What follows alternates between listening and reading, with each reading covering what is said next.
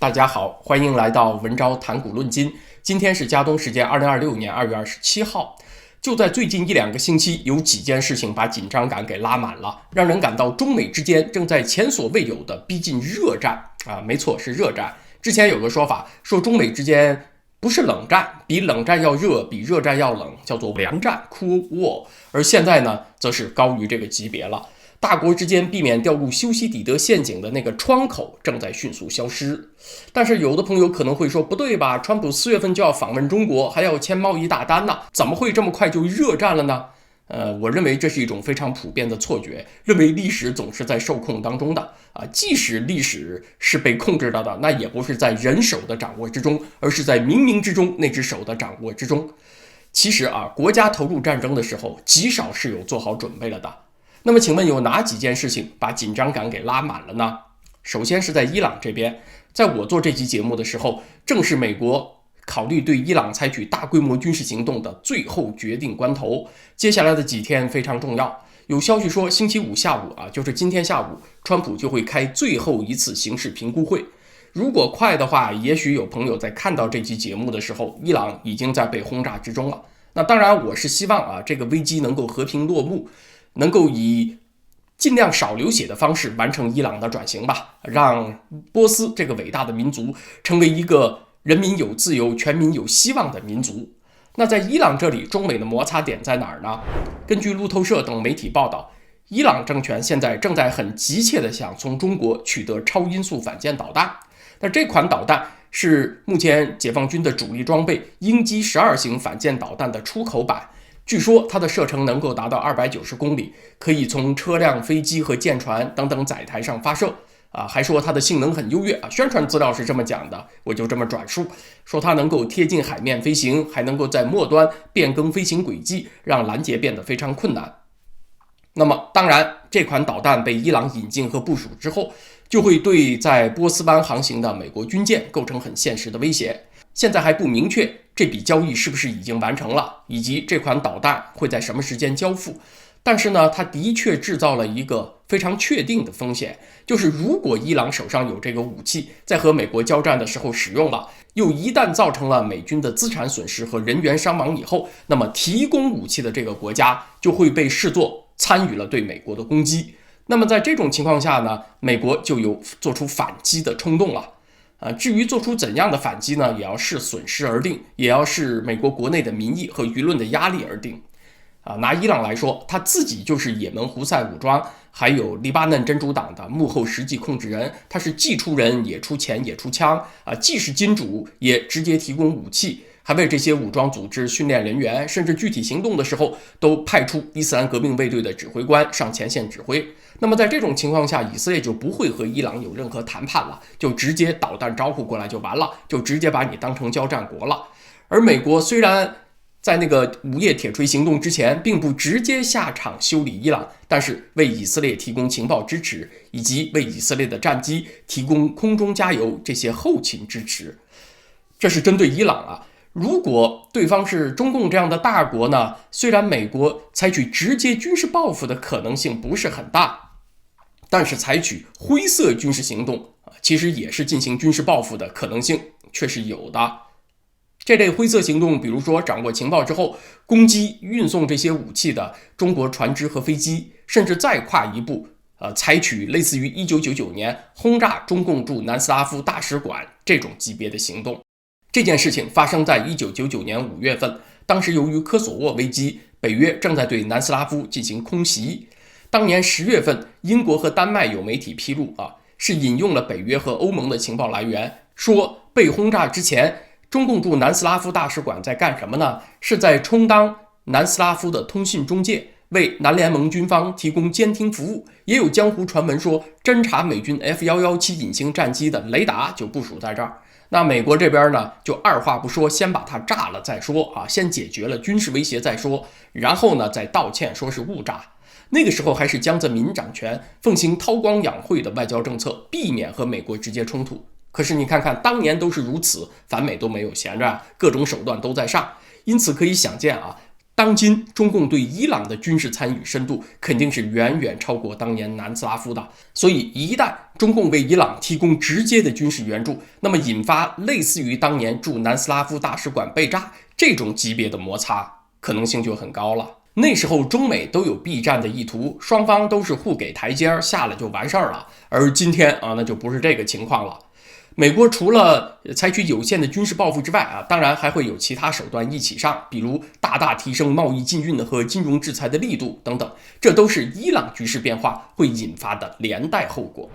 另外还有一种事情演变的方向也是高度可以预料的，就是中共尽量避免向伊朗提供原装武器，而是让这些武器看起来就是伊朗自己制造的。比如伊朗在2023年曾经试验一种高超音速导弹，代号法赫德，号称射程达1400公里，末端速度能够达到13至15倍音速，能够突破当前军事大国们所有的拦截系统吹牛呢当然归吹牛，但是军事评论员们历来认为伊朗的导弹技术主要就是来自于中共，向伊朗转移技术以及帮助伊朗提升它本土的武器制造水平，这些事情中共也一直在做。这些项目要是烂尾了，不产生作用还好说点，如果真的对美军造成了实质的损失，那也会让中美之间的缓冲空间迅速缩小。在这种情况下，这些武器看起来是来自于伊朗自己，那当然美国的军事报复直接针对中国目标的可能性在下降，但是金融贸易外交这些手段还是少不了的还是会一起招呼过来的。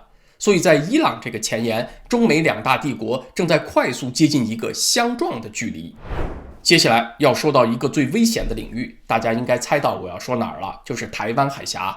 目前美军部署在伊朗周边的资产占到了它全球可部署资源的40%至50%。那么一旦开打，又是以推翻现在这个神权政府为目标，那就不会1-2天结束，就会是一个较长期的冲突。能有多长呢？虽然我不认为会搞到俄乌战争这么久，但是肯定比2025年以色列对伊朗发动的12日战争来的时间要长。第一波高强度的空袭就会持续几个星期，得完全破坏掉伊朗国防军和伊斯兰革命卫队的指挥链，让他们彻底丧失大规模集结和机动的能力。接下来呢，才是特种部队的点穴战以及鼓励内部的起义。那么美军的高技术弹药被大量消耗肯定是避免不了的，这个时候美军有没有办法威慑世界另一端的冲突呢？这个确实是令人怀疑的。所以习近平即使想趁美军轰炸伊朗的时候对台湾采取行动，也不会是在轰炸刚刚开始之后，而是在一段时间之后。可是有朋友会想了，习近平不是刚刚把他的高级将领都抓得差不多了吗？在2月25号本届人大常委会刚刚开过的第21次会议上，才开除了9名解放军的代表，这9个将领当中有5个是上将，那这样的军队还能打仗吗？其实现在赌的就是这个，中美两边各有短板，各有困难。美军的困难是短时间内库存弹药会消耗很多，打伊朗那肯定会把库存导弹消耗掉一大半的，即使赶紧下订单让军工企业加班加点的生产，也得有一阵才能补上。而习近平这边最缺的是人，他手下有没有能打的将领先不说，他首先就缺少可以信任的人。他这几年挥刀自宫，把解放军的高级将领都抓得差不多了。但是如果习近平只是想取得一个有限的目标，比如占领金门、马祖、太平岛这些台湾外围的离岛，或者是胆儿再壮一些，占领澎湖的某些岛屿，更加抵近台湾，这种可能性是有的。打个比方说，2014年乌克兰刚刚变天的时候，当时普京还没有做好准备能够吞下整个乌克兰，于是他就先占领克里米亚，然后在等待2020年川普现任总统换上了拜登，2021年拜登政府又从阿富汗耻辱性的撤军，让普京看到似乎美军已经很无能了，他才认为时机到了，然后才在2022年悍然出兵，企图拿下整个乌克兰。那么同理，习近平把自己的目标分成几个阶段也完全是有可能的，先完成前期阶段，然后再等待时机拿下整个台湾。尽管中共的内斗一直没有停，抓人一直没有停，但是攻台计划也一直没有放缓的迹象。最近有披露，早在2023年7月份，美国的中情局和国家情报总监办公室就召集了一批高科技公司的 CEO 开过一次简报会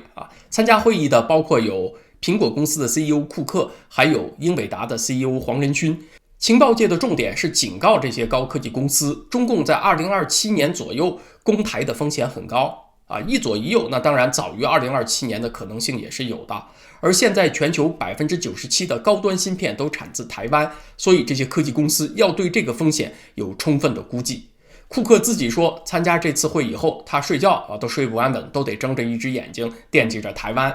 那我们看一下现状，在俄乌战争还没有落幕的情况下，如果今年伊朗再开打，的确有可能让习近平认为在台海这边他拱一步卒子，先前进一步，是有可能与川普达成一个妥协的谈判的。就像川普接受普京占领克里米亚一样啊，让川普先接受中共占领台湾外围的一些岛屿，等川普卸任以后再图后举。他有可能是会朝这个方向去想的，反正川普到2028年就卸任了嘛，他的任期是没有限制的。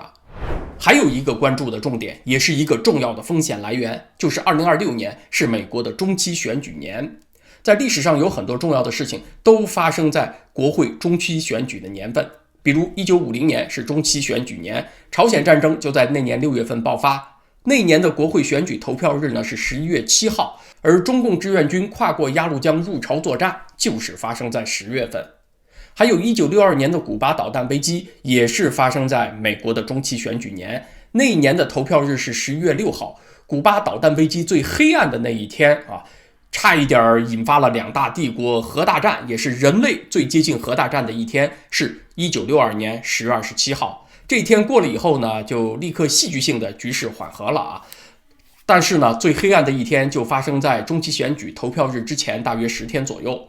中印边境战争也是发生在1962年，中方宣布单方面停火以及后撤是发生在1962年的11月21号，是中期选举以后美苏两巨强就这个古巴导弹危机达成的协议开始实施以后，毛泽东一看啊，这个窗口期已经错过了啊，美苏两国很快就要把注意力转到我身上了，所以这个仗不能再打，得撤了。还有1990年的波斯湾危机也是发生在美国国会的中期选举年，伊拉克宣布吞并科威特是发生在8月份，那一年国会选举的投票日是在11月6号。那么这次波斯湾危机呢，它的延续是跨过了中期选举，以美国为首的多国部队正式动武是开始于1991年的1月份，对伊拉克军队采取了代号为沙漠风暴的空袭行动。所以中期选举这个年份啊，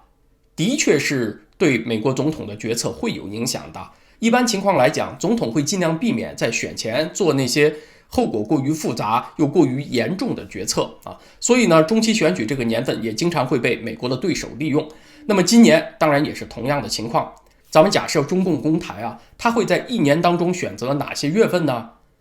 最佳的时机就是冬季季风和夏季季风相间隔的窗口期，一年这样的窗口期就是两个，一个出现在3至5月份，是冬季季风结束，夏季季风没来之前；另外一个呢是秋季9至10月份，是夏季季风结束，冬季季风没有来的时候。那这两个窗口期，台湾海峡风浪比较小，能见度比较好。那么3到5月份这个窗口期，应该今年中共是赶不上了，因为美国要不要炸伊朗现在还不知道啊，即使开始炸，进展的怎么样也不知道。这个毛拉政权的抗压性怎么样，是不是马上就会被推翻了，也要观察观察。但是9至10月份这个阶段的危险性就比较高了，正好抵近了美国国会中期选举的投票日。如果美国在伊朗的行动并不顺利，那么对习近平就会是一个很强的鼓励。再来一大变数就是中美各自国内的政治压力。刚刚发生了一件事情，有一份17页的行政命令被摆在了川普的办公桌上，等待他签署。内容呢就是认定中共干预了2020年的美国总统大选。于是呢建议总统以国家紧急状态的名义干预到选举事务中来。原本按照宪法，选务是各个州的主权，但是如果发生了外国的大规模干预，影响到了选举的公平性，它就制造了一个全国性的危机，就超越了州主权了，总统就有理由介入了。预计川普会动用这个理由，强制要求11月份的中期选举投票检查选民的身份证，以及禁止邮寄投票和取消自动投票机。也就是说，川普的确需要一些外部危机来赋予他采取紧急行动的正当性。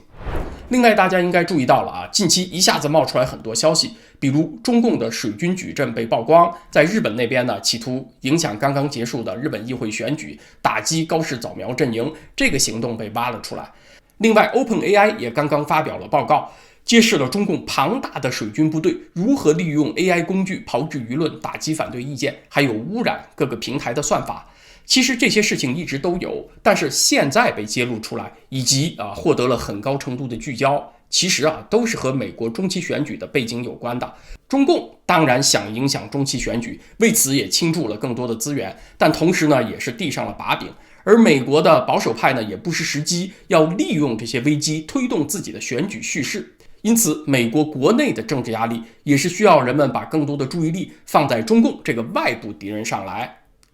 另外在中共这边呢，当然它内部糟心事儿一箩筐，又是民生倒退，又是失业率上升，它也急需寻找一个转移压力的出口，因此它也会不断的炒作仇美论你看刚刚炒作完了美国斩杀线然后什么机器人碾压美国这一波要上来了，接下来还会有一波接一波的炒作。我们上次说过 B 站那个背景可疑的频道，它专门制作机器人 AI 视频，它最新出了一个作品，是中国机器人空降白宫南草坪，痛扁美军，还生擒美国总统你看连这种意淫的视频都做出来了，大家去品味一下这个反美的节奏。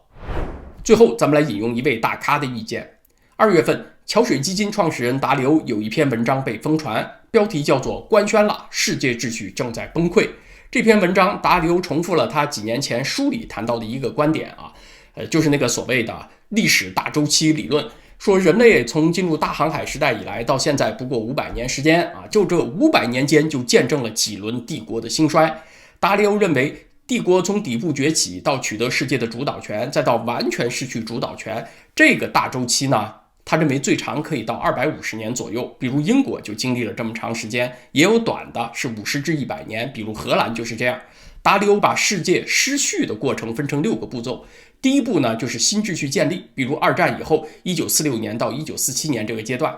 第二阶段就是资源的整合和巩固，是帝国实力的增强阶段。第三阶段就到了高峰期了是生产力最高、债务可控，而且这个帝国在国际上当仁不让的盟主地位受到认可的时代。第四呢，就开始走下坡路了，就进入了过度扩张和债务积累的衰退阶段，繁荣过头了，而且这个帝国内部也出现裂痕了。第五就进入了前崩溃阶段，帝国内部开始意见严重分化，债务开始失控政治也开始出现了极端化，外部规则也开始失效，但是呢还没有完全失序还有规矩可讲。第六就是到了最后一步，就是巨大的崩溃和失序阶段，旧秩序彻底瓦解，事业重回丛林，进入了强权即是真理的时代。那上一次出现这个状况是在1930年代。几年前，达里欧还认为我们正处于第5阶段，前崩溃阶段，但是最近他很自信地宣布，我们已经踏入第6个阶段了这个世界规则已经崩塌了，就是1930年代的镜像。他又提到了大国间战争的5种形式：1是贸易战，2是技术战，3是地缘战，这里指的就是结盟和外交关系4是金融和资本战，第5那就搂起袖子干了，就是直接的军事冲突。那这5种战争形式当中，除了最后一种之外其他4种中美之间已经开干上了。这篇文章出来以后呢，在中文圈热度很高，好像在中国人当中引发了很大共鸣。那我的看法呢是，达里欧所总结的这个历史规律如果要提出一个什么大周期框架，它取样的时间还是太短了，只是描绘了资本主义全球化背景之下的矛盾结构。尽管说我认为还是有些欠缺，他那个结论过于简单化，但是有2点我很赞同，就是第一，战争从来不是按计划发生的。这句话放在我这里的语言就是，国家极少有做好准备以后才投入战争的如果您认为习近平一定会固守着2027年以后才会攻台那个时间表，那就是陷入了这种错觉，好像习近平是个铁路公司的管理员，在每采取一步行动之前都要对照一下那个列车时刻表一样这是我比较认可的一点就是战争从来不会按计划发生。第二点我比较认可的呢，就是战争远比想象中要糟糕。那这不仅是我们普通人会有的错觉，习近平、普京他们同样也会有。千金难买早知道啊！普京如果早知道他的俄军能够打成这个怂样啊，一场他以为48小时就能够结束的冲突，整整打了4年，他早知道这一点，打死他也不会入侵乌克兰的。习近平要是以为攻台可以先从占领金门、马祖开始，可以分成几个阶段啊，每一个阶段都是可控的，那很可能也会落入这种错觉。当然，这种风险对美国也是同样存在的。以前美国也进过这种坑啊，在伊拉克、在阿富汗都深陷泥潭，那是由于小布什政府做战争决策的时候过于意识形态化的后果，他把移植民主当成了解决地缘冲突的方法。这个思考方向是相当危险的，认为民主大旗一到啊，百姓就单食胡浆以迎王师了，好像民主就保证了稳定，民主就保证了被认可。那事实证明，这个想法是过于幼稚的。但是比起美国犯过的幼稚病，习近平、普京他们进坑的风险更大啊，因为他们身边的同温层更加严重，他们得到的信息反馈更加单一，他们听到的都是身边人怎么样夸他们英明神武啊，都是怂恿他们再前进一步就成就了千古一帝这种拍马屁。总之，2026年会是非常有风险的一年。当然，我希望世界和平，但是从历史的规律来看，帝国的宿命之战会比大多数所以为的更快的接近我们。那么好，今天这个话题咱们就分享到这儿，谢谢各位啊！在文昭谈古论今这个频道，下次再见就是下个星期一了，祝大家周末愉快。